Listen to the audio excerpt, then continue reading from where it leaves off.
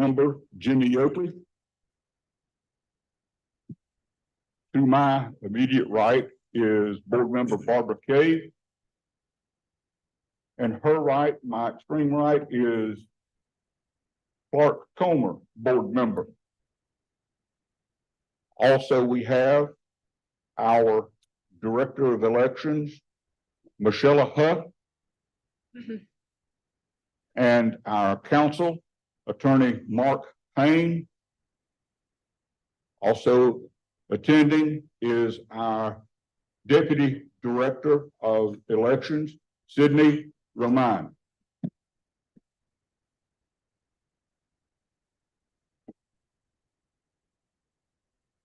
As I mentioned, a transcriptionist recorder from Husby Connect Global Litigation is with us remotely, electronically, as proceedings of this hearing is being transcribed and audio video recorded per North Carolina statute requirement.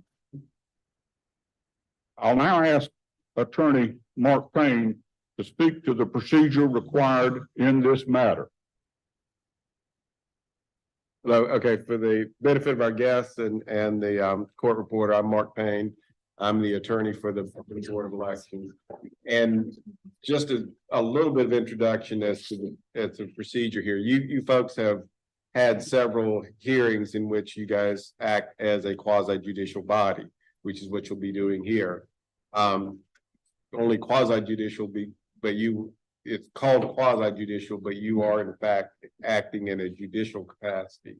Your job is to gather evidence, and based upon that evidence, you're the fact finder, finding whether or not the challenged residency is upheld or not upheld. A little bit about you, and you've had several of these before in the past. But those have been voter challenges and election challenges. This is the first time in a long time. I think this is the first time this collective board has heard a candidate challenge, which is slightly different. One of the slight difference is the statute specifically says that the burden is on the candidate to bring forth evidence of residency in order to be successful, and that the burden of proof, the level of evidence needs to be shown is a preponderance of the evidence. And preponderance of the evidence really simply means more likely than not, better than 50% likelihood. It's so it's a very different and a lower standard than, for example, beyond reasonable doubt. So that's what you have here is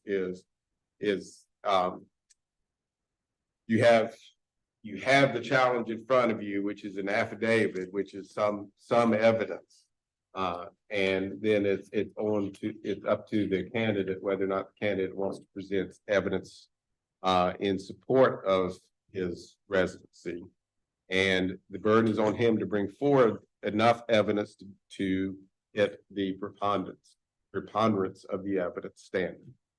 And as always, if you have any questions as you move forward, I'm happy to speak to any procedural issues. You know, how to interpret the facts. That's on you guys. Thank you. Thank you, Mr. Payne. As I say, this is a public hearing for the candidate challenge filed December the 29th, 2023 by Delina Rogers Fletcher and against the challenger of candidate Alan Poindexter, filing for the elected office of Surry County School Board of Education, District 1. The challenge is from the alleged residency requirement for that elective office.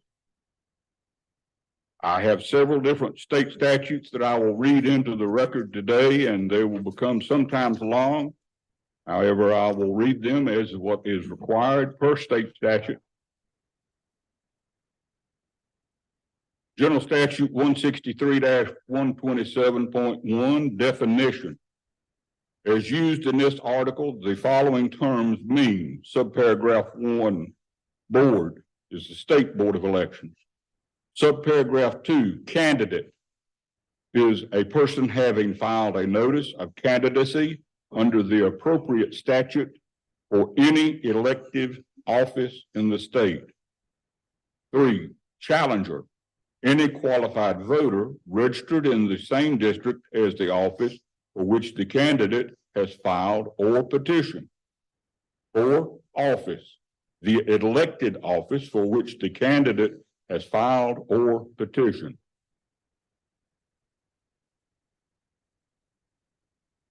General Statute 163-127.2, when and how a challenge to a candidate may be made.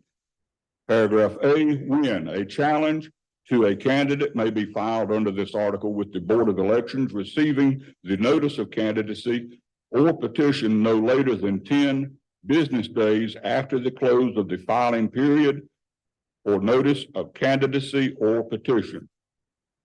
B, how the challenge must be made in a verified affidavit by the challenger based on reasonable suspicion or belief of the facts stated.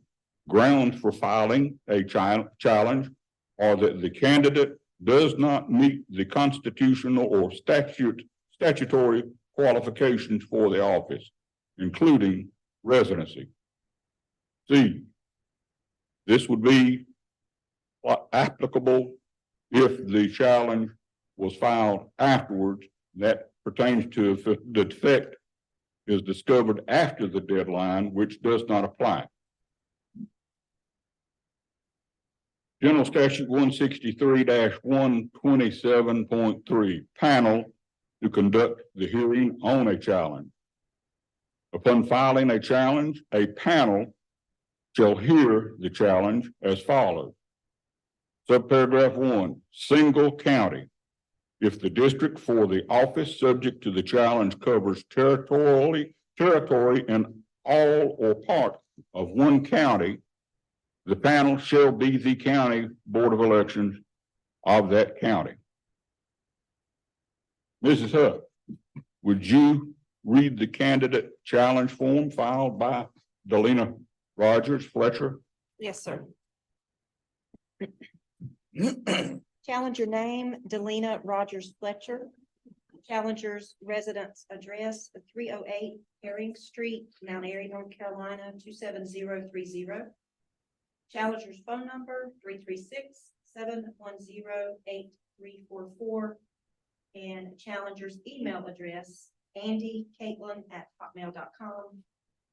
Name of candidate being challenged, Alan Poindexter. Name of office sought, school board. The question, are you eligible to vote for the office for which the candidate has filed or petitioned? And Mrs. Fletcher checked yes. The above named candidate does not meet the following constitutional or statutory qualifications for the office. Ms. Fletcher states, Alan currently lives full-time at Surry Manor in Dobson with Diane Burrow. He filed his residency to be at his dad's house at Mountain View in Mount Airy. He was living at his current residence in Dobson when he filed. This challenge is based on reasonable suspicion or belief of the following specific facts. Ms. Fletcher stated, Alan Poindexter's residence is not in Mount Airy or in the Surry County School Board of Education District 1. Signed by Delina Fletcher on December 27th, 2023, and notarized by Andrew K. Smith, which is notary, and also he is on staff here in our office.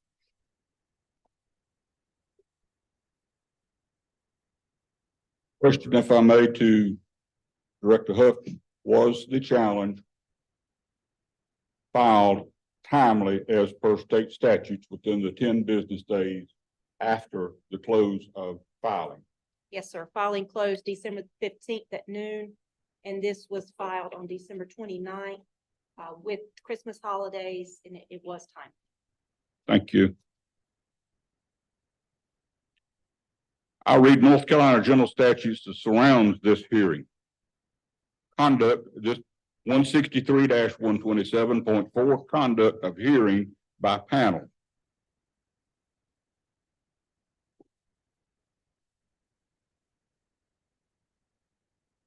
Paragraph B, notice of hearing. The panel shall give notice of the hearing to the challenger, to the candidate, other candidates filing or petitioning to be elected to the same office, to the county chair of each political party in every county and the district for the office, and to those persons who have requested to be notified.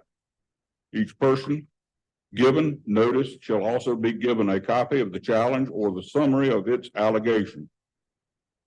Failure to comply with the notice of requirements of this subsection shall not delay the holding of a hearing nor invalidate the results if the individuals required by this section to be notified have been notified.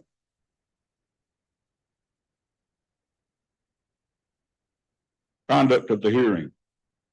The hearing under this article shall be conducted as follows. The panel may allow evidence to be presented at the hearing in the form of affidavits, supporting documents, or may examine witnesses.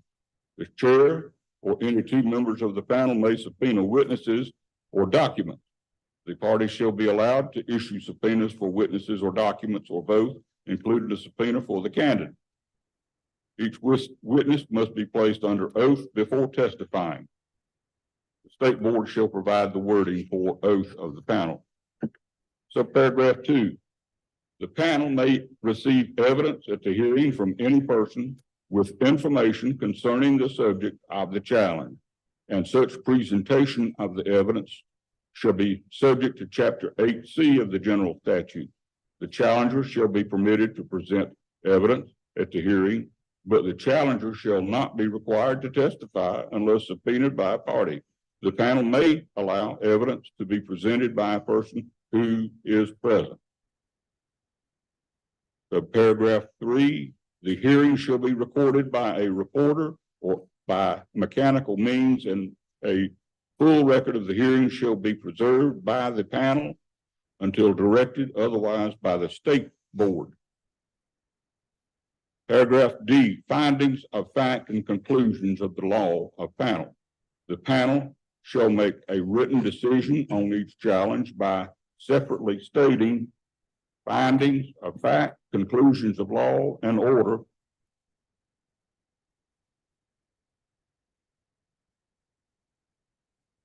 General Statute 163-127.5. Burden of proof. Paragraph A, the burden of proof shall be upon the candidate, who must show by a preponderance of the evidence of the record as a whole that he or she is qualified to be a candidate for the office.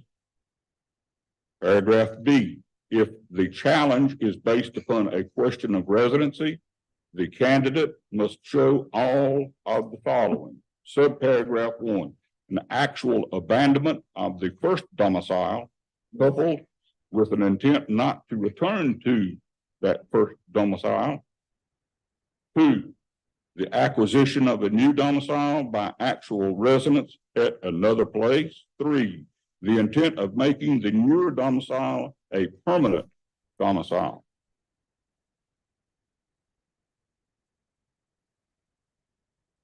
Board members, please keep an open mind to the facts presented here today. Is the challenger, Ms. Delina Fletcher, present? Is the challenge candidate, Mr. Alan Poindexter, present? Yes. Record shows that Mr. Poindexter is in the room. Is there counsel for Ms. Fletcher or Mr. Poindexter present, or is there any other persons representing Ms. Fletcher or Mr. Poindexter with an affidavit or testimony? Yes, still. All questions and comments should be directed to the board. Any ill will or anger between the parties of this matter will not be allowed to enter this proceeding. If there is any media present, you are free to report on what you see and hear today and talk to the parties after the conclusion of this hearing. This board is hearing the candidate challenge with an open mind and will base its decision on the testimony and evidence presented before it. I note that any intentional false testimony on this matter shall be treated as a felony under provisions of General Statute 163-90.3. Also, testimony in this matter will be under oath as required by General Statute 163-127.4, paragraph C, subparagraph 1. There is no one here representing Mrs. Fletcher. Let the record show that the evidence for the challenge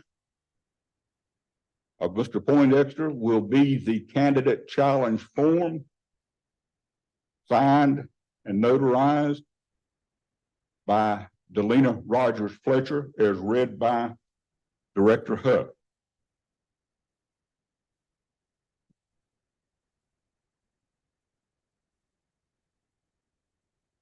Ms. Poindexter, do you have evidence to show or give to this board?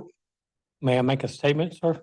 A statement, it should be that you would be sworn to that statement Yes, for sir. it to be entered into the record Yes, sir. of the proceedings. Yes, sir. Let me come up. Yes, please. Okay.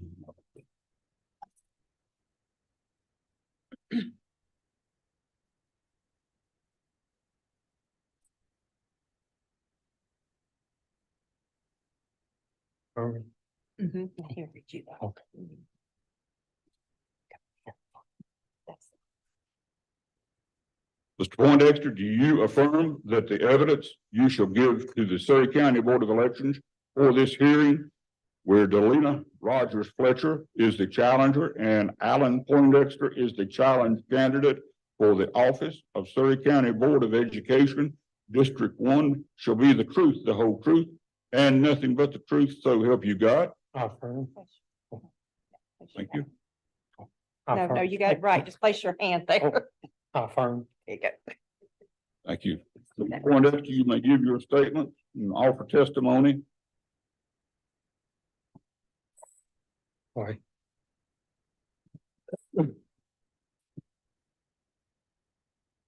I'm not used to this, sorry. Do you need a water, sir? I got one. You have one, okay. My need an answer, yes. Okay. Alan, you have a shelf underneath there if you'd rather put it there. I don't drink, but after this, I might need one. Okay. My family and I have been going through a very stressful time the last few months between my own, my mom's, my dad's health, as well as going through an eviction process, which was in District 1 of the Surry County School Board at the address of 128 Emerald Lane, Marion, Oakland. That has took a toll on all of us. I was up in the air where I was going to be living at. Had to find a secure place to live at. That was in District 1 for the position I was running for. I'm asking graciously for forgiveness and to please ask to have my name removed from the ballot, as well to accept my apology for any inconvenience this may have caused my family, the Board of Elections, and the wonderful people of Surry County.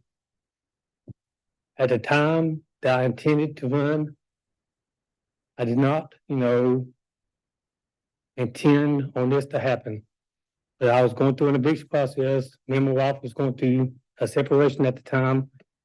And I was bouncing around here, there, and wherever I could lay my head, trying to take care of my family and trying to take care of some personal issues. So I didn't have no per se stable place to go between that and taking care of my family and some personal issues.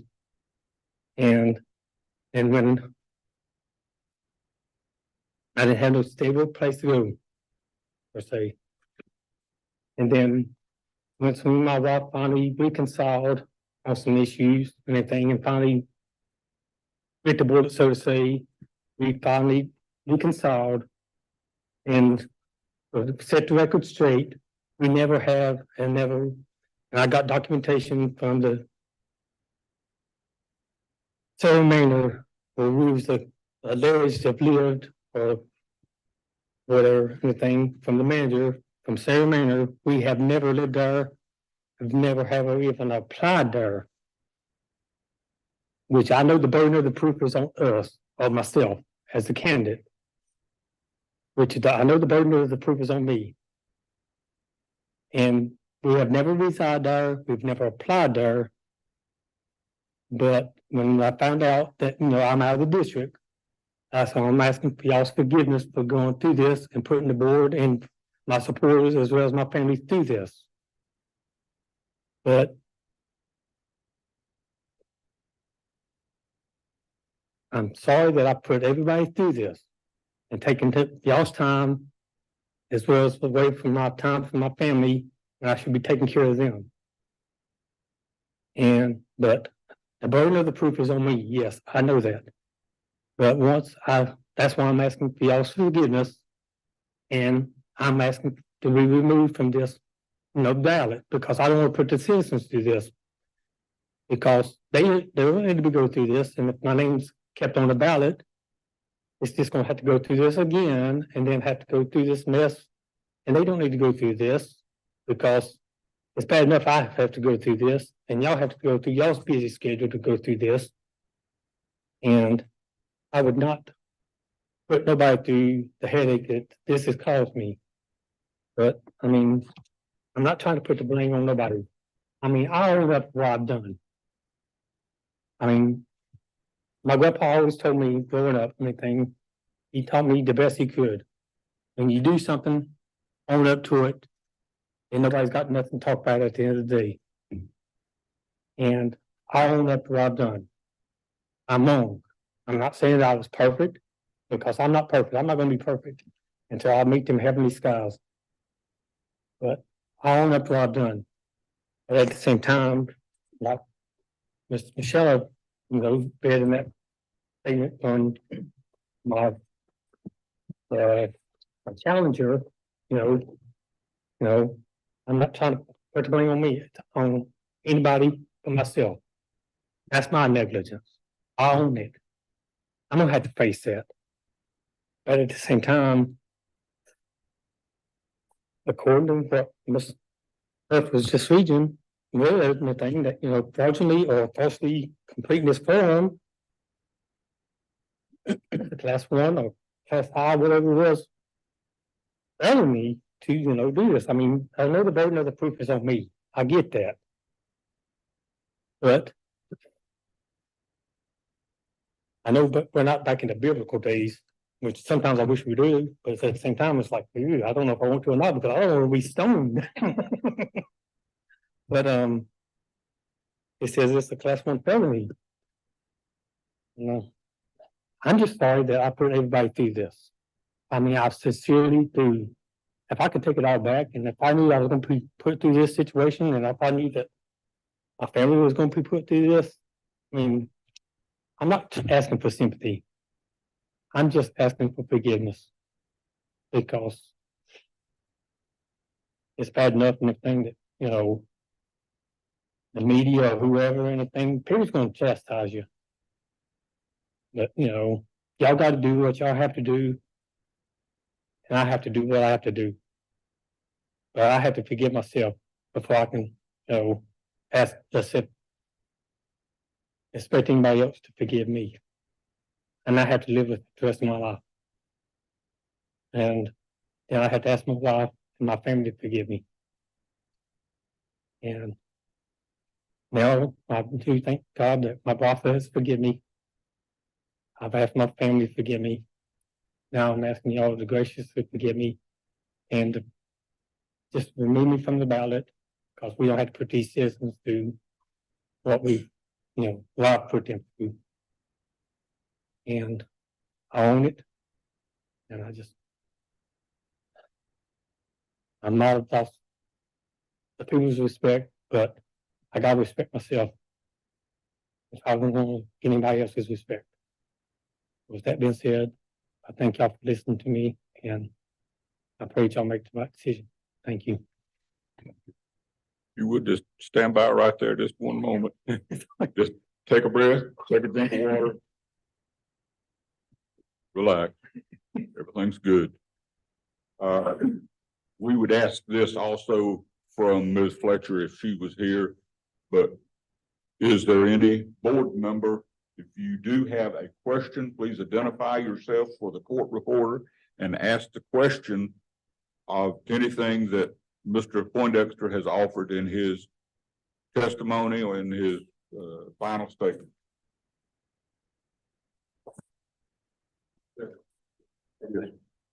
Jimmy Goakley.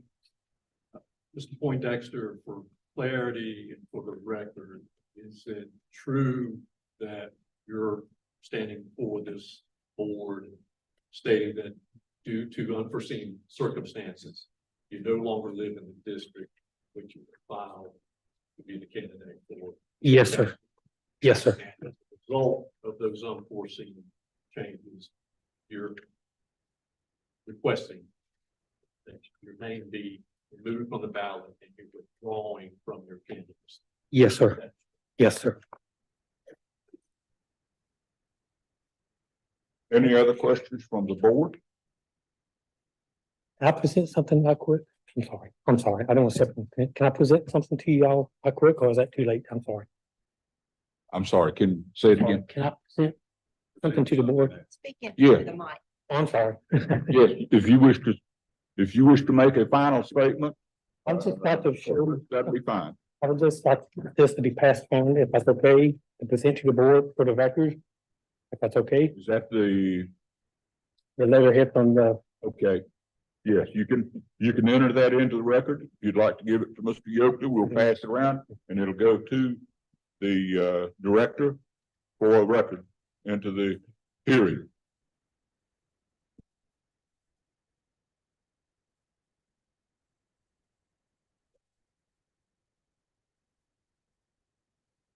Any other comment or statement that you have? If not, you be fine if you want to take a you know, seat. shackle me now. Yes. Thank you. Oh,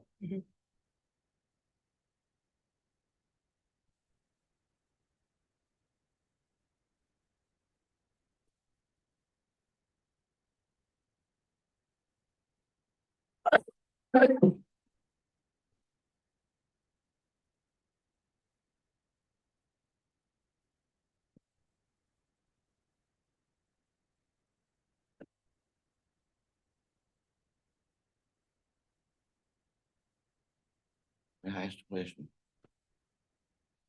Report Dexter, where is Surry Manor? Sort of behind Parish Tire. Okay.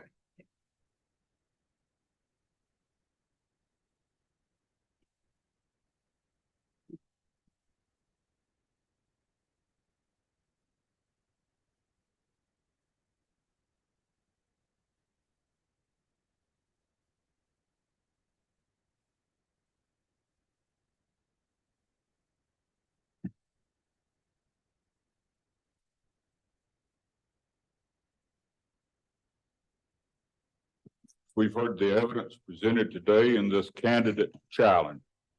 Now, time for us to deliberate within or amongst the board. Are there any comments and discussion within the board members of what the evidence has been given? Also, the signed statement from Ms. Rogers, who is not here. Are there comments that you would like to make among ourselves? Yes. Go ahead. I'll go after you. Clark Coleman. I would have had several questions, but in light of Alan's statement, there was really no need, I don't think. It's troubling to me, though, that the statement that he was not living at Surry Manor. And we have a statement apparently of the manager saying that he, although it's not under oath, not a notarized statement, so take it at what value, and if you would, but it leaves the question open where does this challenge come from? The challenger is not here. So I'm troubled by that. I don't see anything other than just the simple candidate challenge form that would have lent itself to prevent Mr. Poindexter from remaining on the ballot. However, his statement asking to be removed gives more weight to his being removed from the ballot than anything else. I think Mr. Yoakley's framing of the question to him, that's the reason I didn't ask any further questions. It puts it as clearly, I think, as it probably could be. But it does trouble me that there's some missing element in this story than what we have. I'd love to understand that story, but I don't know that it matters at this point. But at any rate. Mr. Chairman, I would like to address the board with a couple of occurrences that have happened since this challenge was filed and since Mr. Poindexter met with me last, which I think we spoke last on Wednesday of this week, if I may. Sure.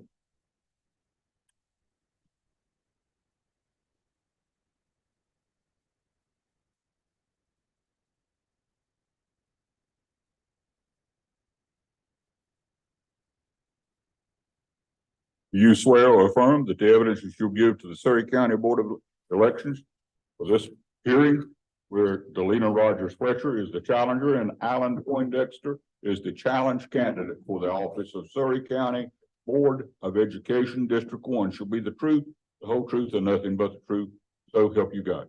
I affirm.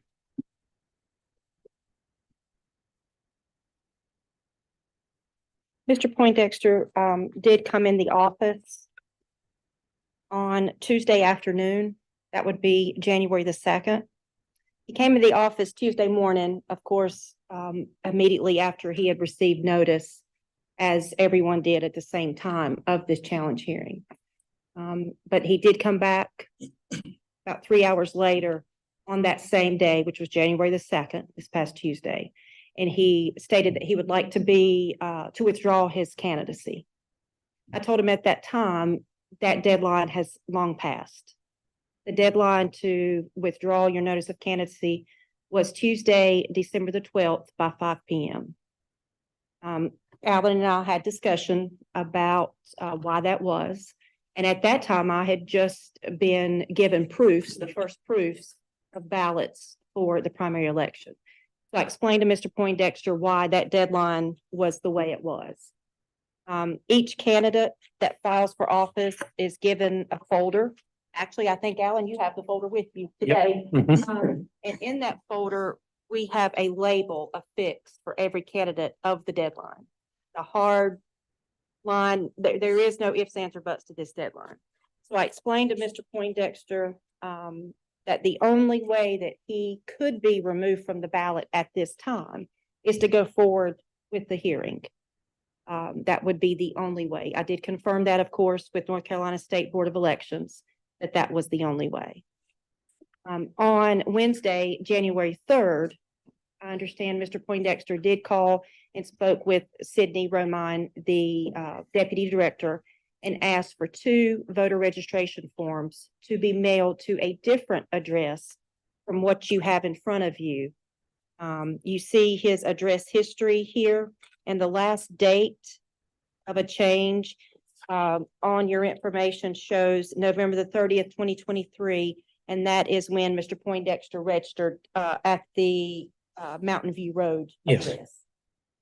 Which is the address that he used as his residence when he filed for office. So I did want to make the board aware that Mr. Poindexter has asked for 2 voter registrations for him and his wife. We have not received that back yet because he did ask for that to be mailed to him at a different address from what you see here. So I'm not sure if he's received those yet, but nonetheless, that is why we still have his address in the voter list for Surry County. as 233 Mountain View Road, Mount Airy. I just wanted to make the board aware as to why he is still showing current registration at that address. Okay. Any questions for Director Huff? I have one question. So Mr. Poindexter is attempting by his request of a new voter registration form or change of address, he is attempting to change his address from the Mountain View Road, Mount Airy, and move and officially change his record of his voter registration to a new address. That attempt has been requested, and we have mailed those two voter registration forms that did go out in the mail on Thursday morning. Okay. Mhm. Any other questions? Alan, do you have any questions for Mrs. Huff? No, sir. Okay, thank you. Thank you.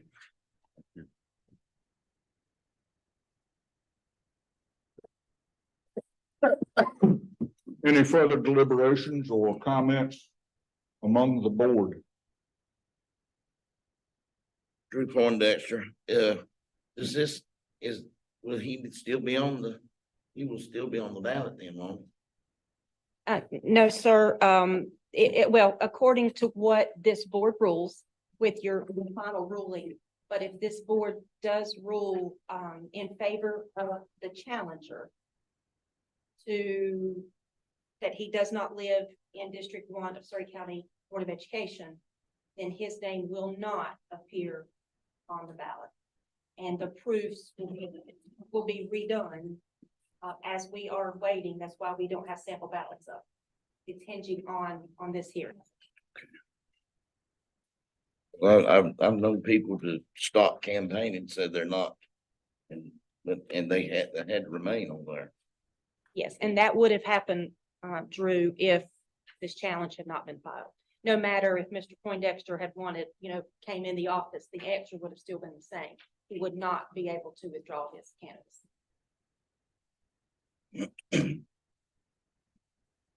If there are no further discussion, if there's no further discussion among the board members, we would be open for a motion to uphold, which would uphold the challenge of Mr. Poindexter, which would be timely to remove him from the ballot and as a candidate, or to sustain the challenge, which would rule in Mr. Poindexter's favor and that he would remain, and we were still finding him at the proper address to be a candidate in District 1. Did I say that right? Well, you got the first half right. The second half, it's either you would uphold the challenge, which would remove him from the ballot for failure to meet his burden, or you would sustain or you would rule in favor of the candidate, which would keep him on the ballot. So Which would be sustain the challenge. Which would, it would overrule the challenge. Okay. I would be open for any motion. Chairman. Jimmy Yoakley, I introduced the motion that we uphold the challenger's challenge of the candidate, that we ultimately remove Mr. Poindexter from the ballot, and with the note that Mr. Poindexter has made seemingly a concerted effort to right a wrong and to move forward, not putting this body of citizens in any undue position when it comes to voting. So again, the first part of my motion is that we uphold the challenger's challenge and remove Mr. Poindexter from the ballot. Board members, we have a motion, Clark Coleman, I second the motion. and we have a second for the motion, and the motion reads as that the motion would be to uphold the challenger's challenge to Mr. Poindexter. Is there any further discussion to the motion? If not, Is the motion to carry, to add the what he just had put at the end, or is the motion just the award, the challenger has been sustained? well, the motion is to uphold the challenge from the challenger, which would remove him from the ballot. I didn't know why he was saying at the end, that had to go on it too. If I may, as your counsel, I'll be drafting the order, and the order requires findings of fact, and it sounds to me like his statement of a desire to withdraw would be part of the findings of fact that you guys would clearly and won't include. Please. That is what I intended. Thank you. I was just, it was kind of. I thought should be contingent on that. Any further questions? If not, I'll call for the vote. Mr. Yockley, Yes, sir. your vote? Aye. Aye. I also vote aye. All in favor? It is a unanimous vote. Motion has carried. Director Hutt, you will cancel Mr. Alan Poindexter's candidacy from the primary ballot March 5th, 2024 for the office of Surry County Board of Education, District 1. Attorney Payne, you shall prepare a written order to be sent to the North Carolina State Board of Elections of today's findings of fact and conclusions of law by this panel, and retain a copy for this office's record. A copy of that order shall be sent to both the challenger, Mrs. Fletcher, challenged candidate, Mr. Poindexter, and any other noted parties mentioned by statute. And I will do so.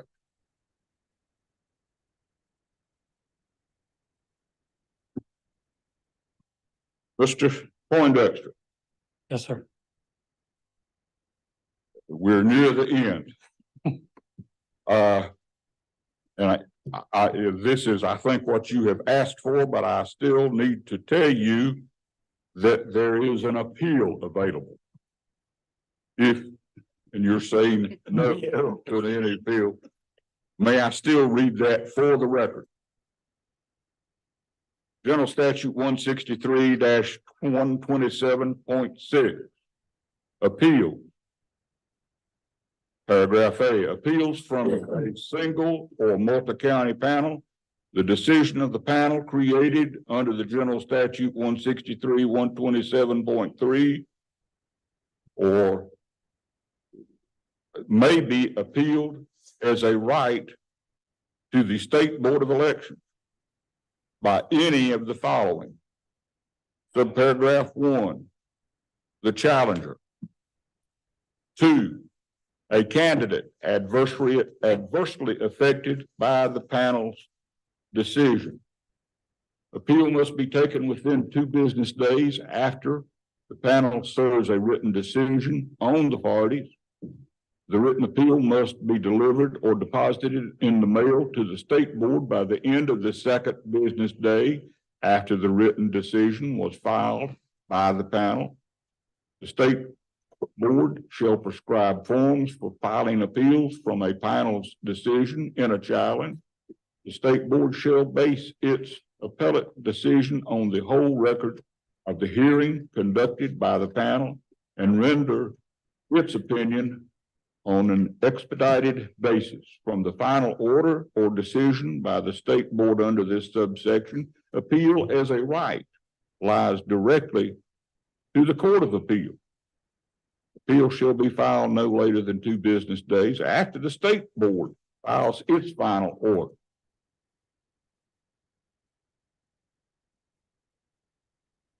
The purpose for this candidate challenge hearing being accomplished, I declare this hearing adjourned. Does the board need any recess or the staff? If not,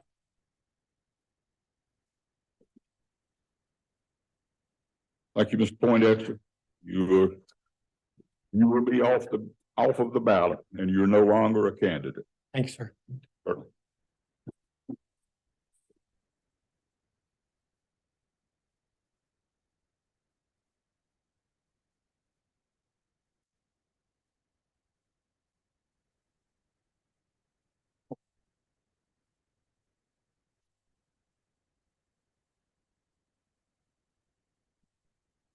For timestamp, Thank you, Mr. Sydney, Poindexter. it's 2:51 timestamp as far as at the end of the hearing.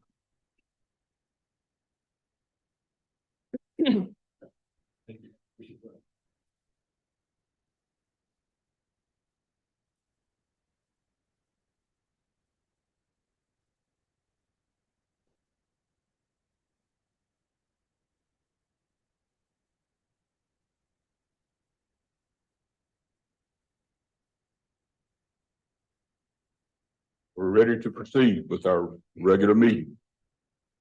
Thank you. And we're offline with the transcriptions. Goodbye, thank you. Let's make sure she's talking. Yep, I just wanted to confirm I was allowed to be excused.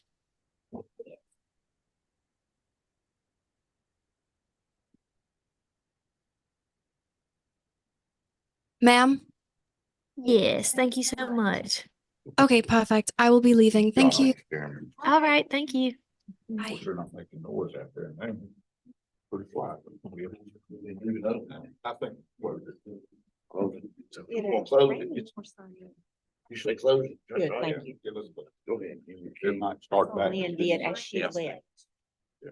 He's still here. Lynn did on his. Perfect.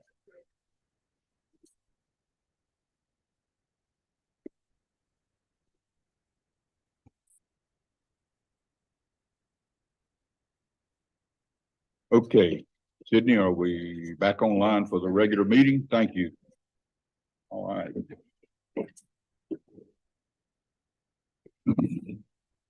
It's 2:52 p.m., January 5th. I'd like to open the meeting, our regular meeting for today's date. I have already read the conflict of interest statement. It is still in effect for today's meeting. Approval of December 8th, 2023 meeting minutes. You all will take time to pursue the minutes. And it might take you a few minutes.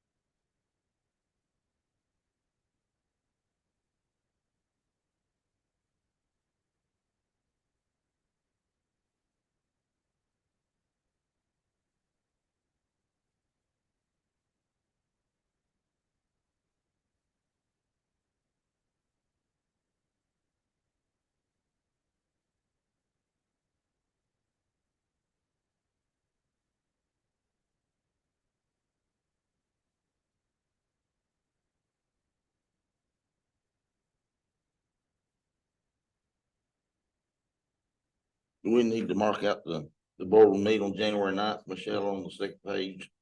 That we'll meet today.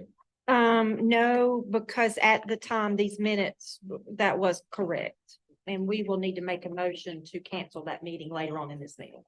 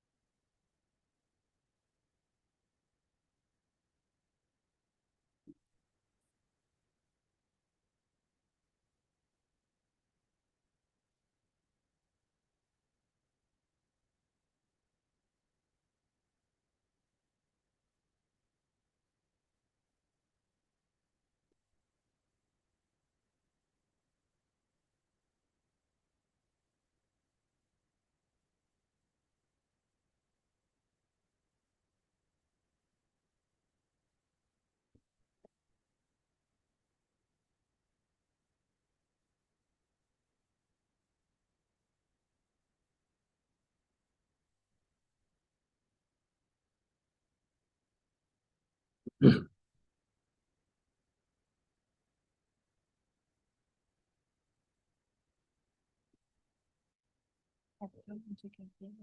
I've got to do the early voting if you want to. Thank you, just in case. Yeah. You never know. Story. With Y'all y'all. excuse me for a moment. Certainly.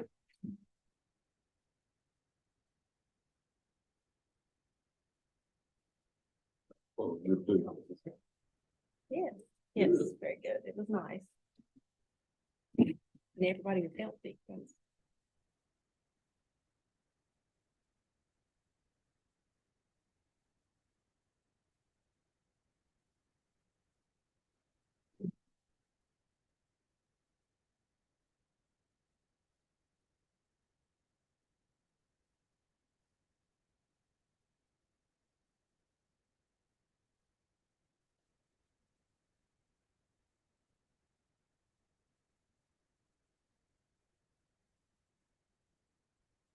Any additions, deletions, changes? Motion to approve. We have a motion to approve the minutes of December the 8th, 2023. Second. And we have a second for the motion. Any discussion? If not, all in favor, say aye. Aye. The minutes are approved.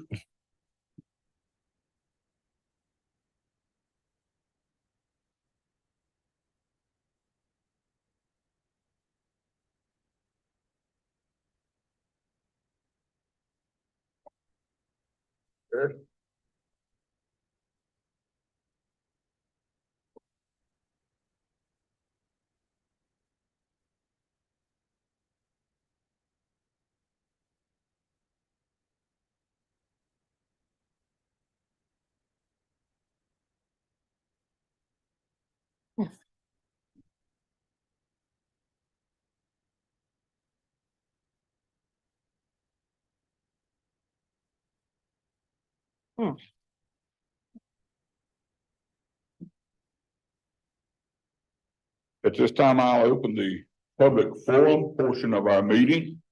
Is there anyone here present that wishes to say anything to the Board of Elections? Is there anyone online that wishes or is Thank you. present? I don't believe so. Being none, as such, I will close the public forum portion of our meeting and move to the 2024 early voting appointment. Madam Director. Yes, sir. Everyone should have a copy of the early voting.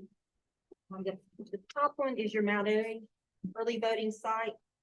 The second page is the Dobson early voting site. And as you see, the second page does not have a signature area. And just a refresher, the office early voting site does not require appointed precinct officials at yet. So that is not a requirement for the statute with the new election law, only the sites that are away from the office. So what you will be approving today is the appointments for the Mount Airy early voting site. We did send email notification to both party chairs on Monday. They're December the 11th.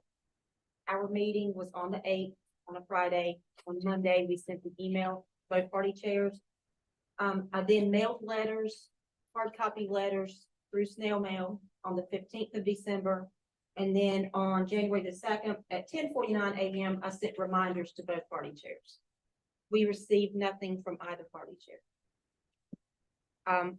So this is the list that Sydney prepared. And these are folks that, of course, we have had in the past. Sydney, you helped me here, but I think we have a couple, two new, between both locations. But this was supplied to both party chairs. Three people, okay. But both were supplied to the party chairs. This is just the 1 day primary, right? No, sir, this is early voting. Both of them are early voting? Both are early voting. One's the Dobson site.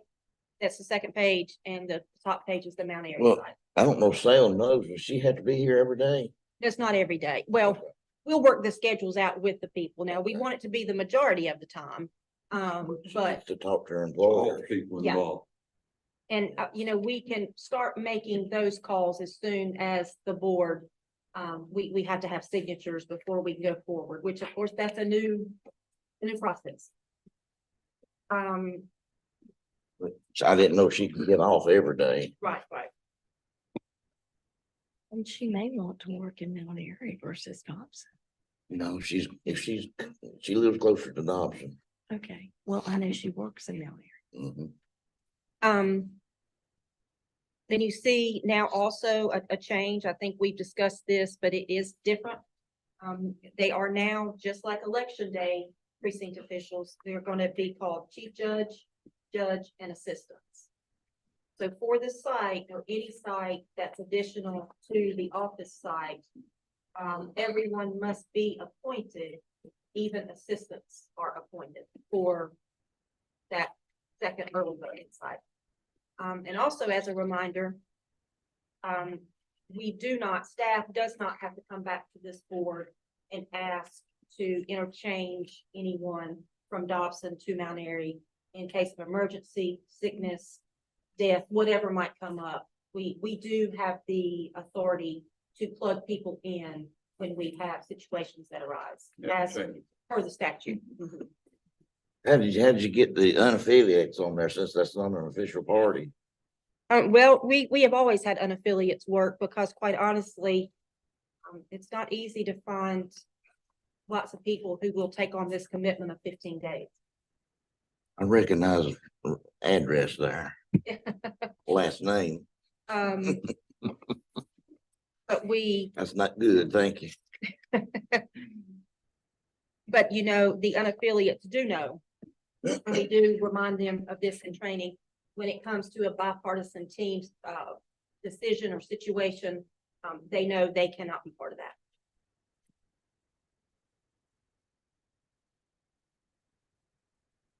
Any further questions for the staff? Pertaining to the names that's submitted for the early voting site, chief judge, judges and assistant judges. Like good work on part of the staff. You feel good with the number? We both feel very good with these names and these numbers for the two sites. We really do. Great. What are the days specifically, so I can tell her? Well, Sydney will be sending her a text. I want to tell her not early so she can start getting ready. March 2nd, Thank you, ma'am. no Sundays, No all Sundays. Saturdays. Right. I remember that.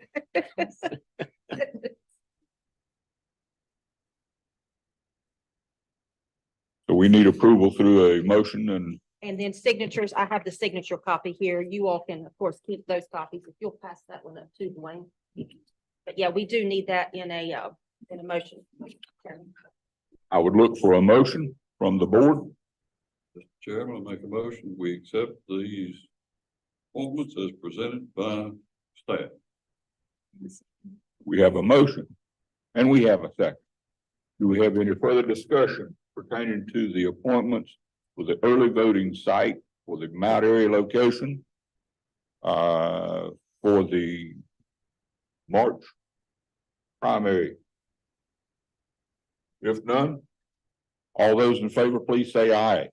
Aye. Sorry, who seconded that motion? I'm sorry, Barbara, I did not hear you. Thank you.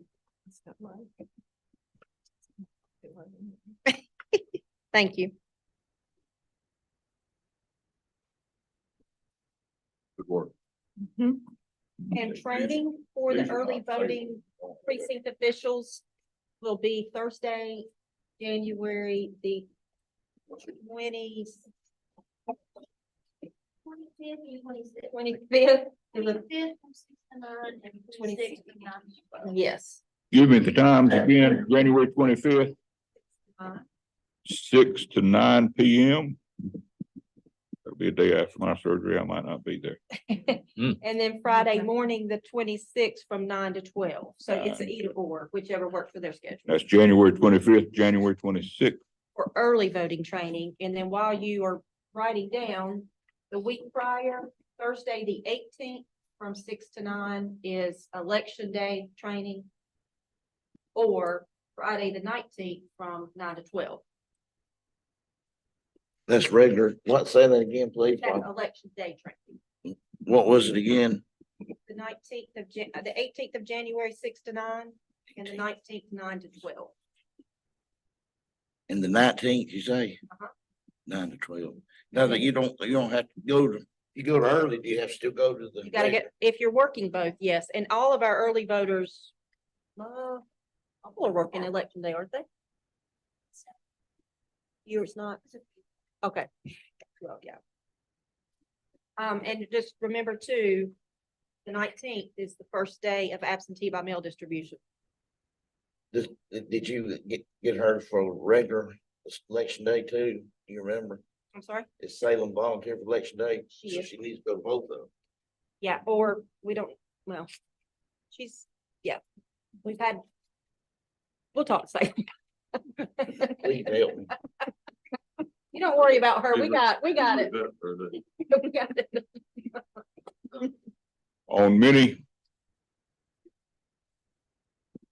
podcasts, media, written media, articles through the state from the last year's election, I find that there was a lot of pickups with some of the change in the general statutes and regulations as far as a good, clear understanding by the poll workers. And a lot of times they have said and noted that they felt like they needed more training. And then also the admission from county boards of elections that we may not have done that right because we were not of the correct or proper understanding. Hope that the state board training that's coming up for the county board members will be underlining what we properly need to understand. We will definitely do our part, and the annual report was due to the county manager today from each department. And at the end of the annual report, we are required to put goals and challenges for the new year. And that was one of my top concerns, was the resources to adequately train all precinct officials. We always have concern with the time we have to adequately train those officials, but with all the new election law, it is going to be quite a challenge to cover everything in a 3-hour time frame and retain their attention to absorb so much information. So it is a concern for us, but we of course will tackle it with everything we have, but it will be a challenge.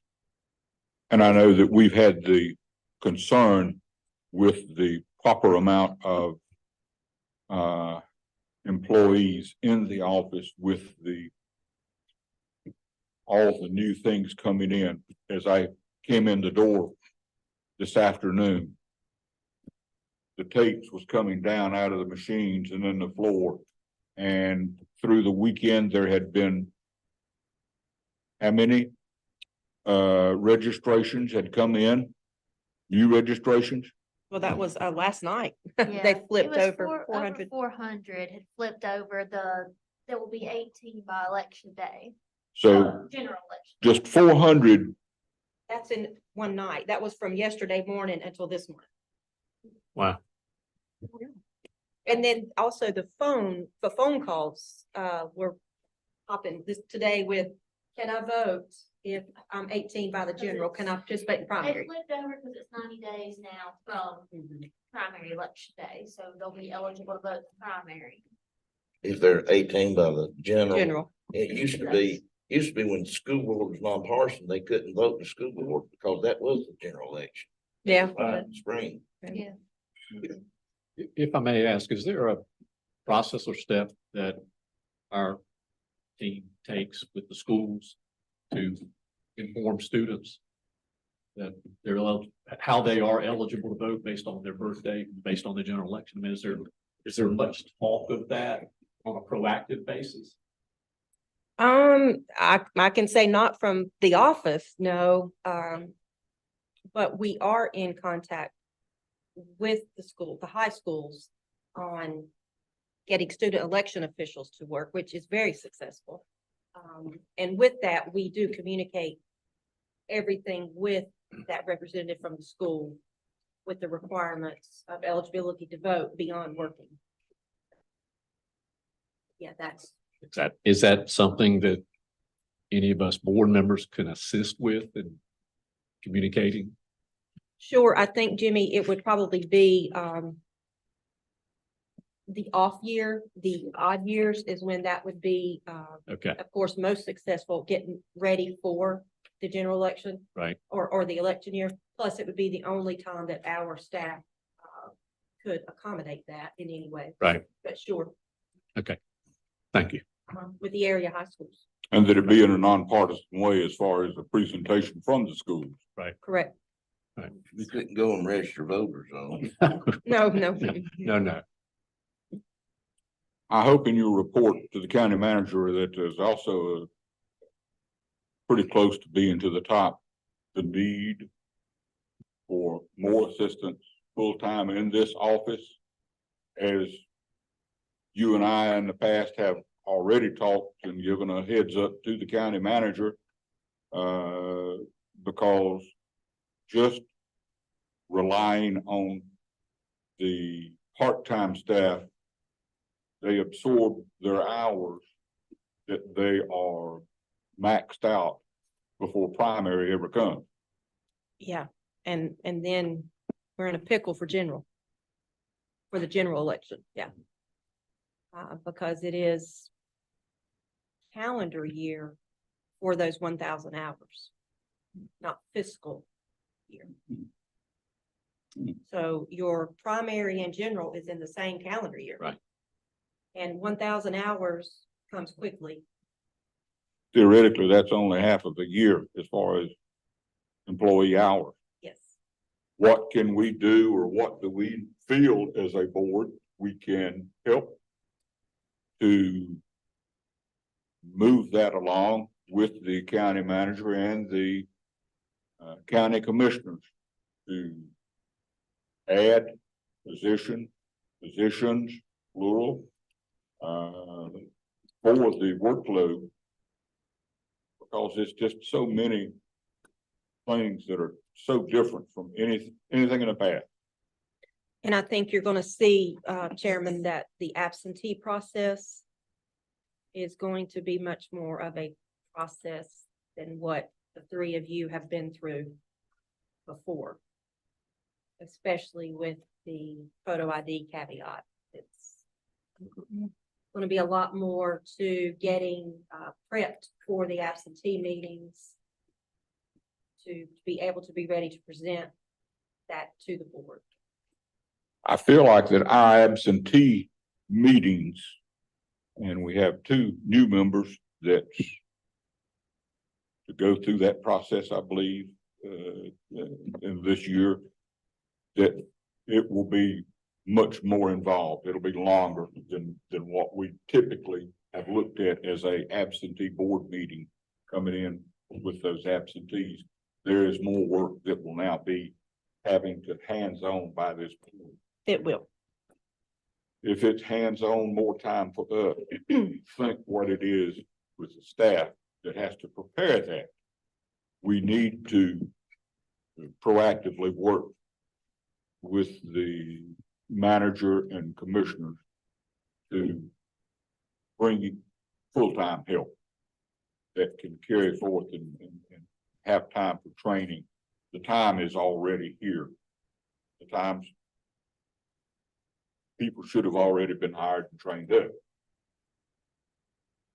Mr. Chairman, my suggestion would be, I think it's always best to have something in writing.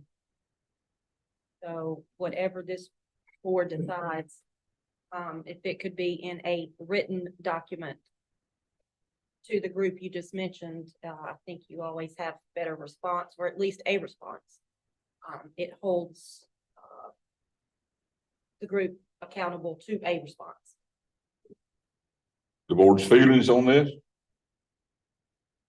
So you want to write a letter to the 5 county commissioners individually or as a group? That's up to the board, but just, I think written, again, it's just always proof. It's, you can always refer back to it, and it sets it, you know, sort of in stone as to what the request or the needs are. Well, we need to, whatever you think will get the best response. If it's individual, do that again. The chairman has already opened the door. He did have a conversation with the county manager. Follow-up has not occurred. But you did spelled it out. I'd suggest, Jimmy, you started to say something other when I said I suggest. Go ahead. You must have sensed it, Mr. Chairman. That was just the thought of written always supersedes verbal. That is true in any aspect of life, business, legal. So anything that we can do as a board to put things in writing, I certainly would support it. And if it needs follow-up in person after the written to make it clear how important it is, then I'm certainly willing to put things aside to make that time. Anything that you can do to, and staff will, certainly the director and staff can aid in it, that you can add to a narrative that includes data points that you can point to. This is 4 years ago. This was the process. But today, this is the process. Good point. What all has been added on? Excuse me for interrupting. All I can speak to is the past experience that I've had in aiding another department within the county in trying to request additional staff. It's been my experience that almost every department head would love to have additional help for a number of different reasons. And the commissioners are inundated with a request for that. And unless you can make a case that you can document a reason for, oftentimes what you will receive is a very polite, I understand, but the result that you will get will be limited. So the more we can put down that's short and concise, but yet draws very strong attention to things that you were mentioning a moment ago, 400 from yesterday morning to the time you got here this morning, those kinds of data points that you can point to as a hard number. And that number means this to this staff in this office. And that will mean this in 3 weeks. That makes people go, oh. Because unless you have an oh moment, nothing's going to happen. And I did highlight some of the changes to new election law in the annual report that we foresee it's going to present, challenges to our staff. But there's only so much the manager does ask for those annual reports to be short because of the 20-some departments that are going to be sending them in. So it's sort of that all kind of gets lost in the whole big picture. They So don't never get a letter says, we got plenty, thank you. I'd add this one other thing too. It's always awfully easy for all of us to, each of us have our own area of expertise, and it's easy for each of us to talk about our area of expertise and to go in depth in it and to talk to a person. And unless it's that person's same area of expertise, you don't want to say it goes over their head. But while I can get into the details of what I'm talking about, our attorney can talk about, he could go through the book in front of him, and I can sit here and act just as interested as anybody in the world, but I ain't got a clue what he's talking about. So it's gotta be, attorney speak. it's gotta be concise and in a manner. Yeah. Yeah. And those commissioners are as smart as they can be, but it's gotta be presented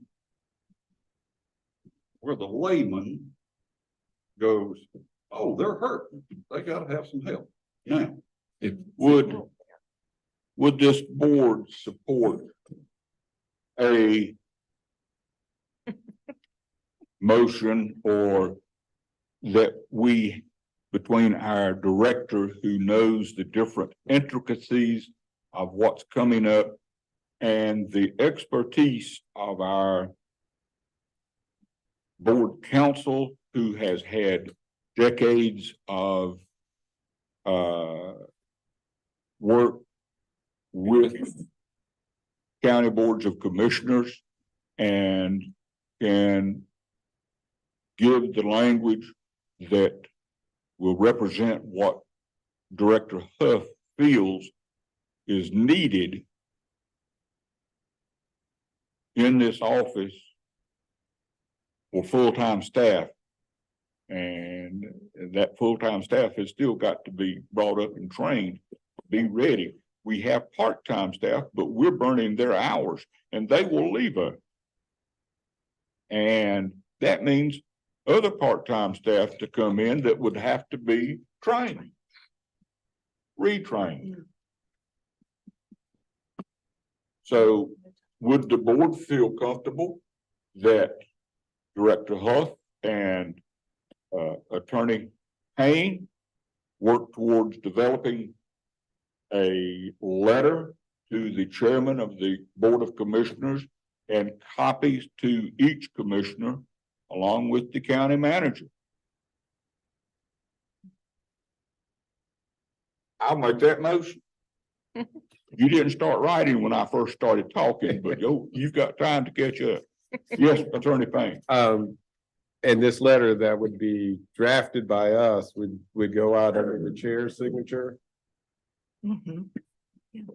If the board so directs that, yes, I'd be happy to sign. Or however that it would be best represented. The reason I asked the question is you've got communication going from Michelle to the manager, and they'll listen to that. But if it comes from the board as well, I think that has added puts a little bit added strength to it. I think I'd add the full board signature to it.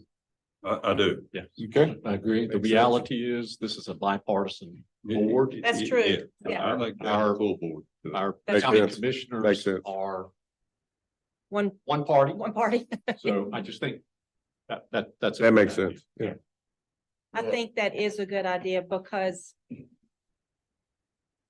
some of these changes, I don't want it to appear that I'm saying because of photo ID, we're having a backlog of. So it looks like I'm against photo ID when I'm not. It's just because of photo ID, it is creating. Among other things. Among other Yes. things, that's just Yeah. one example. that is creating additional processes to just the absentee portion, not counting election day early voting. Our MAC team is going to have more visits potentially to the facilities because of photo ID or lack thereof. Which in turn is going to trickle down to this board, is going to have way more provisional ballots than ever before Amen. because of photo ID. That's not a political statement. That's just the truth. Fact. But it could be construed from, let's be real, one Democratic chairman in a letter. So I do think the 5 signatures would probably be well received. Anything else to what I said that you think might need to be added into this motion? At least a motion to get this started, to get a letter, to get. I think ahead of budget season, which is, it's gonna be on us like mid-February. Mhm. It's gonna be wide open. Yeah. Well, you talk budget season. I would hope that this would occur before a new budget. I would want it to happen as soon as possible with hopefully monies from general funds that's available now because they're needed now. Boy, you are eager today. I like it. I wanna, I've been eager. let's get this motion on the table and voted for, and then I will ask the Do question. you want to ask a question? I second. If you want me to second, if you don't, I'll shut up. No. To that long rambling motion that covered a lot of different areas, we have a second to the motion to draft or send a letter that would be from the full board, signed by the full board, to the county chair of the commissioners, and copied to each commissioner and to the county manager for the need of immediate budget help for the upcoming primary and election. Is that the same thing that you seconded? It's a whole lot, it's real close. You second. Is there any discussion now on the motion? I'm sure that it will reflect that, but I would add I would want that it to have show that there's urgency to this request. And I think in the text of that. we can also add in the letter that new legislation does direct each county and each board of county commissioners to not accept any private funds. So that piece is out for us. Right. We depended on $100,000 in 2020 that we did use, but that was returned. That's water under the bridge. How much was returned? But all of it was returned. Yes. It was all refunded. So that's $100,000 that was spent for the 2020 election that is not in the budget and cannot be applied for in the future. This goes back to Mr. Comer's comment that it's important to be quantitative in this letter. Quantitative trumps any other statements or emotions. Mr. Payne made a comment in our last board meeting that could not be more true. And that is most people, most in this county and around the state and around this country have no clue what the responsibilities are of this board and what we are bound by in making our decisions. And as smart as our county commissioners are, they are probably in that same category. No criticism, just the fact. So because of that and all the changes that have taken place, and we have seen plethora of changes so far in the early part of this year, even more reason, I think, for us to do what we're talking about doing. Listen, I came onto this board and sat through meetings, went through the training, when I first came on here and thought I understood what this board does. And felt like I was a member of the board. And did the dance and went through the hoopla and everything's lovely. Look at me, I'm over the list. Oh, what fun. Went through that first election and I realized what an idiot I was and how little I knew. I knew nothing. I knew nothing. As a new board member, I realized I knew nothing. Now, I bluffed my way through it. My prayer is that as new board members, y'all will be much better prepared than what I was. But I suspect that all board members that come new to the process, and probably true now for all of us, since there's so many changes, it will be a heck of an experience for everyone. If we can But educate, coming to the process, brand new, it's overwhelming. Yeah. It was for me. it's an education. To It try is. and think that you're going to explain to 5 county commissioners, hey, we need help because of this or this or this, and think that they're going to understand what this and this is, like the provisional process. Yeah. You know, you say, here, we've got to do this because we do this for provisionals, and think they grasp what that process is. Yeah, there's not a way to know unless you've actually done that. And also remember, absentees Oh, are required to be into our office by 7:30 on election night. Right. Well, there's nothing else going on then. So who is going to actually be up front for that process? I can't tell you right now. Because everybody is maxed out, including the board at 7:30. So it's things like that that I don't have an answer to. it's just not a, That's new. yeah, it's just a different experience than what anybody can appreciate. Like I always said, you know, I laid brick and block at one time and thought I understood masonry. And then I had to help a friend lay rock. And I realized I'm an idiot. I knew nothing. It's an entirely different thing. Yeah. With the friendly tidbits that we've all picked up here in the discussion, I would hope that most all of it has all been in the same direction, that we would feel that that's friendly amendments that can be added to for the purpose of Mr. Payne and Director Huff to develop this. If there's no further discussion, I'll call for a vote. All those in favor of the letter request being sent to the county commissioner and the county manager for immediate help and assistance in budgeting for more staff, please say aye. Aye. Madam Director, that was unanimous, best my ears could hear. Thank you all. Yes. We voted, but let me add one caveat here at the tail end, and it may, everybody shoot this down quickly. I will say this from past experience. I learned a long time ago, you need to be pretty specific on what you're asking for when you ask those county commissioners for something. If you go in and just say, I need help, that's a real easy request to say no to. If you need 3 people, you need to say, I need 3 people.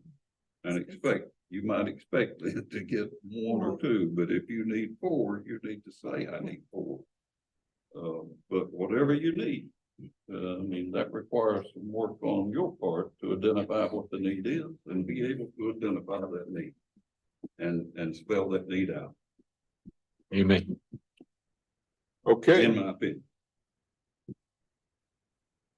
thank you, board. Can Yeah, I thank speak you. to the big elephant sitting in the room? None of y'all ain't talking. I'm talking about, what is 3 Democrats, right? I agree to do it, but it's not going to pay attention when it's going to the county commissioners, it's all Republican, and this General Assembly that's passed this down to us is Republican, that it puts the money to us. I wish they would. If any of our board members that knows anyone that might help this along, you might want to talk to somebody if you can, but I would tread lightly because a past board member spoke to one and he wasn't reappointed. Yeah, true. And I want to address that. I mean, me and Clark being on there, that's gonna whoop-de-doo. And I hadn't known anybody get any money up here since Jim Hunt left. True. But it's up to y'all. I mean, I don't know how else to put it. If y'all know somebody that you have assistance with, General Assembly member, county commissioners. This workload has been called, See where I'm going from? this workload's been called by the General Assembly, passed to the county to fulfill. And so we're asking for assistance to fulfill it from the requirements of the General Assembly. And yes, if there's anyone that can talk with anyone on the commission, please, because this is needed. What is it called? It used to be called unfunded mandates. The General Assembly, in their wisdom, would set up a new rule, but they wouldn't set up any money to implement the rule. Well, Jimmy, I think you can speak to that. The session we were in at conference. How much money was given in advertising for the lottery in North Carolina? It's probably like $400 million. Yes, And. yes, and it was 400 million. Funding for getting the word out about education and election was not even 100,000. It was just. It was a pittance compared to what the state spent to promote Yeah.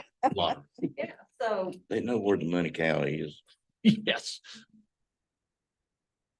So you want the letter to include a statement about us seeking help from the county commissioners to fulfill the mandate that we've been given by the General Assembly. Yes, and it's an unfunded mandate. It's gonna make it sound good. Yeah. Mr. Payne has framed it well. Yeah. Wording. And moving forward, on the agenda, we have the resolution from Attorney Payne that has been received, that we talked about in the December the 8th meeting. That is here before you, that just come to us today. Yes, yes, and I probably should have gotten it out to you guys earlier than that, and I apologize for that. And I will say that I looked it over again today and had a brief conversation with Jimmy about this. And I would suggest one quick small change to the fourth whereas, where it says wishes to adopt. I think it would read stronger if we just say the Board of Election adopts this resolution as opposed to wishes to adopt. Other than that, I think this captures what you guys were asked of me at the last meeting. But obviously it's y'all's resolution. It's up to you guys. Mark out the wishes too and just put an S on the adopt. Yes.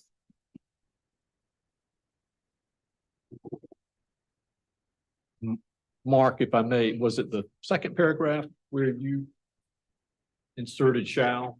That was the one place, or was that?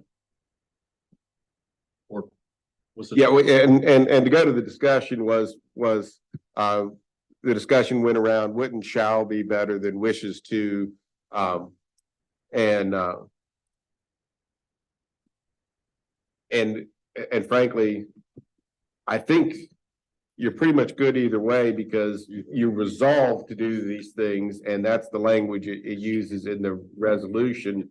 So that does say you're going to do the things that are in the whereases.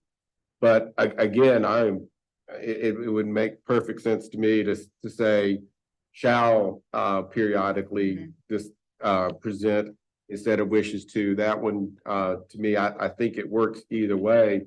And if the board thinks the shall in the second whereas as opposed to wishes to has has a little bit more emphasis to it, that works perfectly fine for what I think your goals are. On the second paragraph. Whereas it was the Surry County Board of Elections. Okay, gotcha. Thank you. Mark three wishes too. And that is shall as well. Shall. Adopt. Well, And the just say it, and the fourth whereas, I think it just reads a little cleaner and more direct if it says the Board of Commissioner adopts this resolution. For the elections. Okay. Yeah. And then the second paragraph, shall periodically. Okay. Mr. Payne, thank you. Your expertise shined through the resolution from what I was trying to convey in our last board meeting. This does an excellent job in making that clear.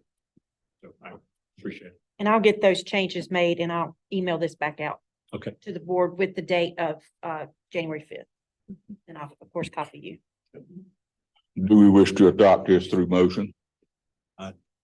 Mr. Chairman, I'd like to make a motion that we adopt it as discussed and place this resolution into the public. Let me read that second paragraph with that shall in it. To I'm out on field. to make sure that makes sense with that in there like that. Whereas Surry County Board of Elections shall period. Should that say whereas the Surry County Board Yeah, of Elections Yeah, shall it was, Yes. take the it was. yeah, out, the it was. Dropping the it was makes that read smoother. Whereas the Surry County, okay, whereas the, okay. Makes more sense to me now. And members should be plural in the third whereas. Again, my apologies Members, there. yes. Okay, members. Missed that one, Mark. Yeah, I know. Sorry.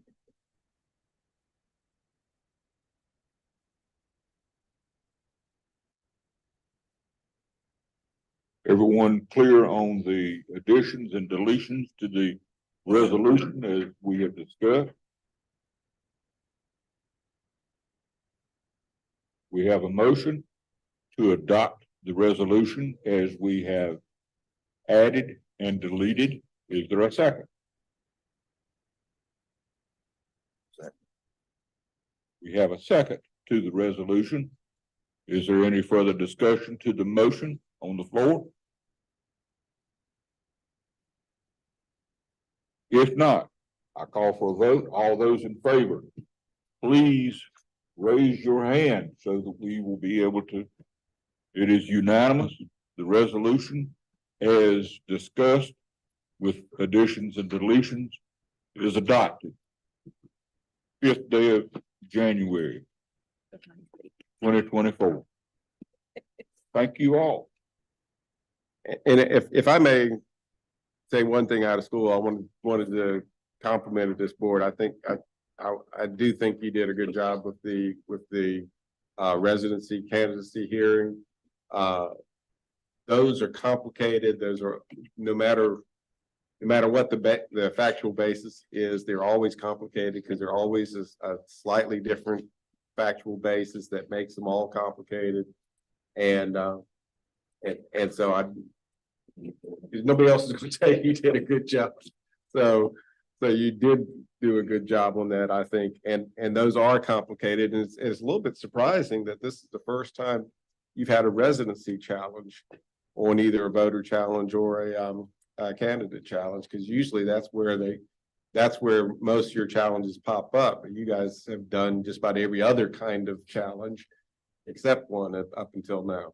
I have been on one panel for a regional challenge On residents. for a five county region for state senate. That one probably took a little bit long. I'd We say. had a long day. Yeah, It was a long drive from Wentworth, North Carolina. I'd say so. You have to go to Raleigh to get there. No, well, Burlington just about it. Okay, moving along, other business. Other business before this board? Madam Director. Yes, sir. The safety and security improvements are moving right along. I won't get into specifics there, but they're moving right along. The bollards are to be in place next week out front, which again, it's gonna help more people or more staff than just Board of Elections. It's gonna help the whole building, or this side of the building. The doors in the back are underway. There's been few little glitches with some hardware there, but they hope that will be complete in 3 weeks. That will finalize our improvements. The new panic buttons were installed on the 19th of December. That will call CCOM. So that is an improvement. So everything looks like it's going to be in place in time for absentee ballots to come in, and especially for early voting to occur in here. So we're very pleased that the county agreed to fund those needed projects, and we're thankful again that this board supported that, because that made the difference, did make the difference to the county commissioners. We thank the county commissioners for their action and the county manager for Yes. their action on those physical needs. We will need to officially cancel the meeting that we originally scheduled for the 9th, which is Tuesday. But with that, we probably will have to meet again before the first absentee meeting. We do have a potential candidate for Mount Airy City Schools District C seat, who is obtaining signatures as unaffiliated by petition. So those signatures are due by January 19th. The candidate informed us this week they would have those in yesterday or today. Hadn't received them, but there's still time. So if those signatures do come in, we would need this board to have a meeting and determine that person a true candidate for the general election. Of course, we will have to have a few days to certify the signatures, as none have been turned in. So apparently they're going to all be turned in at one time. The required number of signatures is 109.26, so 109.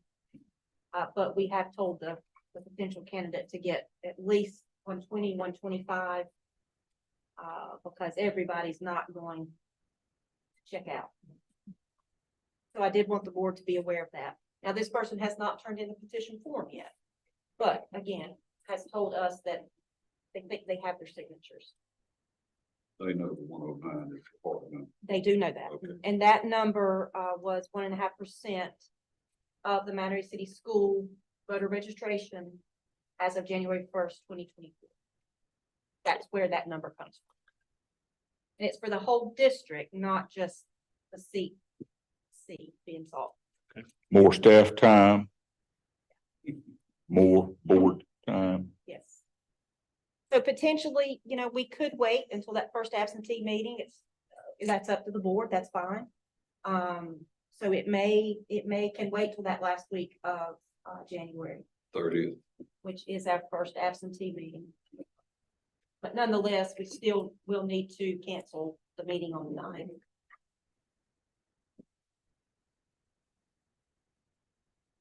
But yes, it is the 30th at 5 o'clock is the first absentee meeting. It's your wish, board, to put that on the docket on our agenda for the January 30th and not have a special meeting just for that. It won't take a long time to do what has to be done for that. I mean, it's been, I think our past experience that that's the case. I would only say this, I'm gonna have some limitations. Carolyn has her knee replacement on January the 18th. And I'm gonna have to do some work around that. You're gonna have a knee replacement on January the 24th. Is that right? That's it. So You definitely gonna be. I'll roll in one way or the other. So. Andrew. Yeah, you may be zooming, literally Yeah. zoom. You can zoom. Was there some talk about, someone wanting to get signatures to run against the Mount Airy Commissioner seat where the only one person filed when they talk? I've We- heard about it. we Lots of talk. We have not for that seat, but that doesn't mean it's not happening. But that, I mean, if it's unaffiliated, that would have to wait till November, wouldn't it?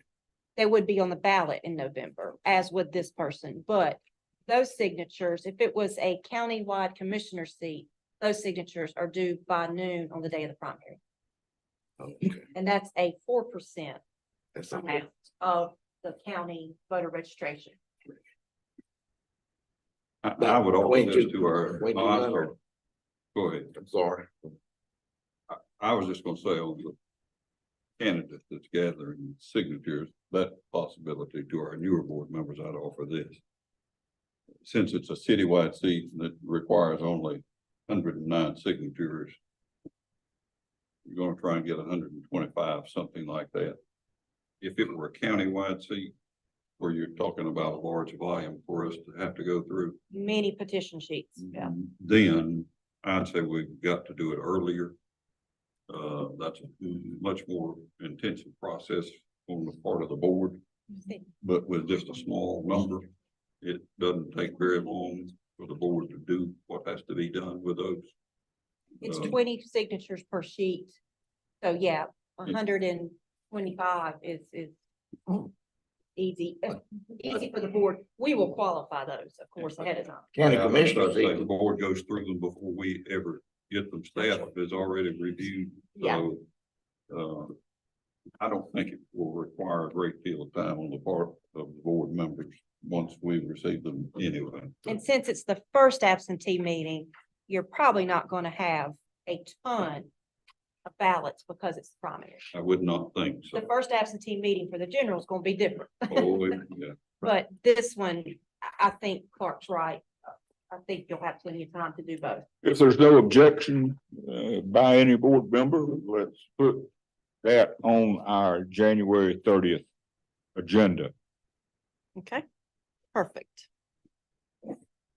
no, we need to make a motion to do away with January Yes, 9th. yes, thank you, Drew. Mhm. I'll make it. I second it.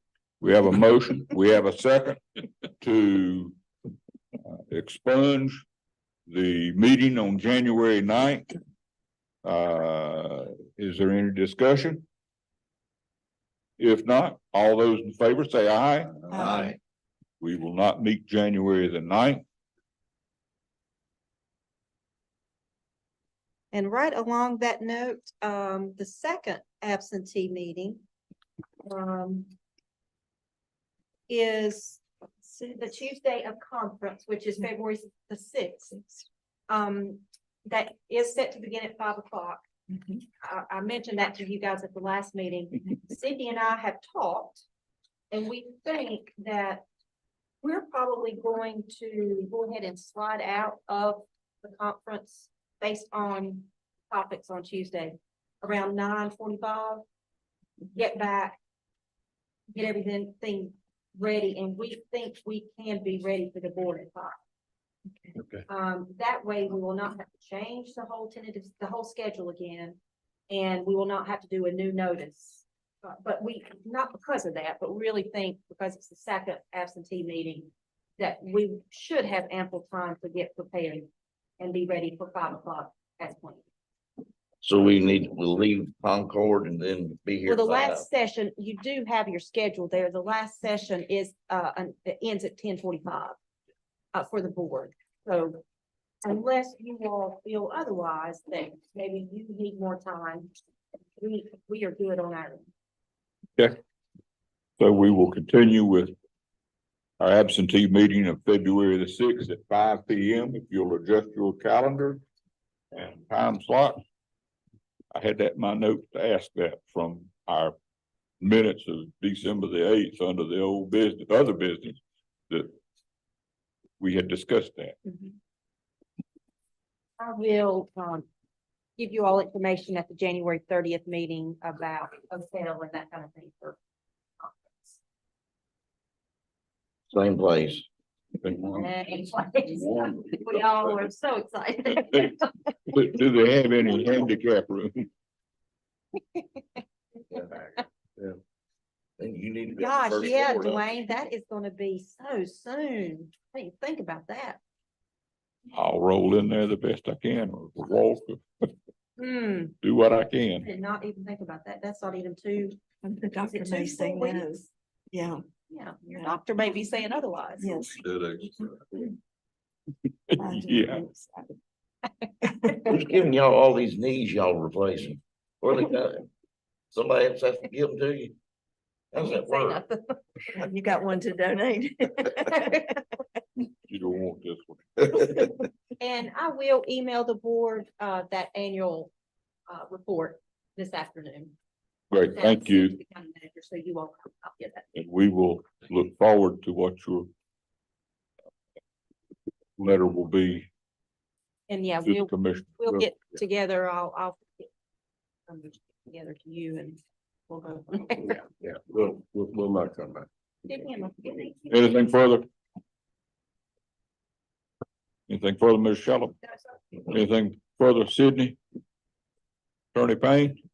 You guys gotta talk to Raleigh, you know, these conferences should be beach, mountains. I don't understand Concord. You need to talk to legal down there. There needs to be a conference committee. I'll say it again.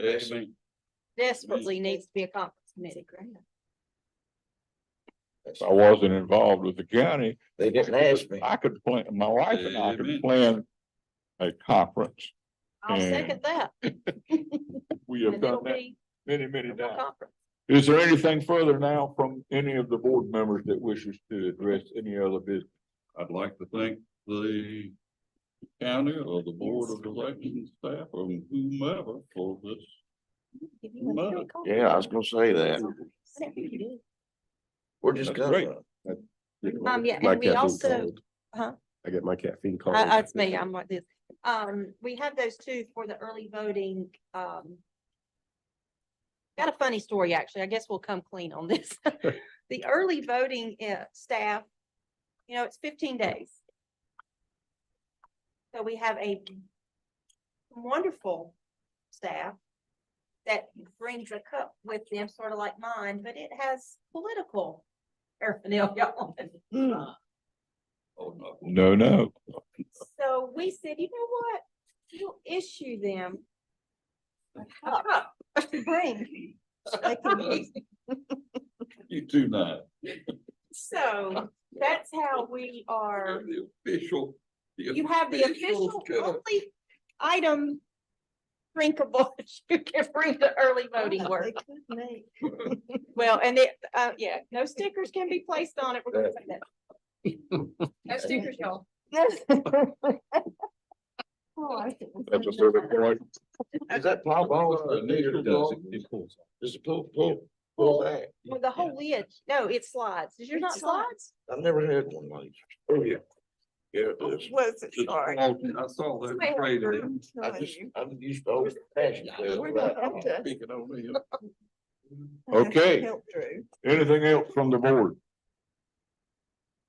If not, I would look for a motion to adjourn. So moved. We have a motion to Second. adjourn Second. and we have a second. All those in favor, please say aye. Aye. Aye.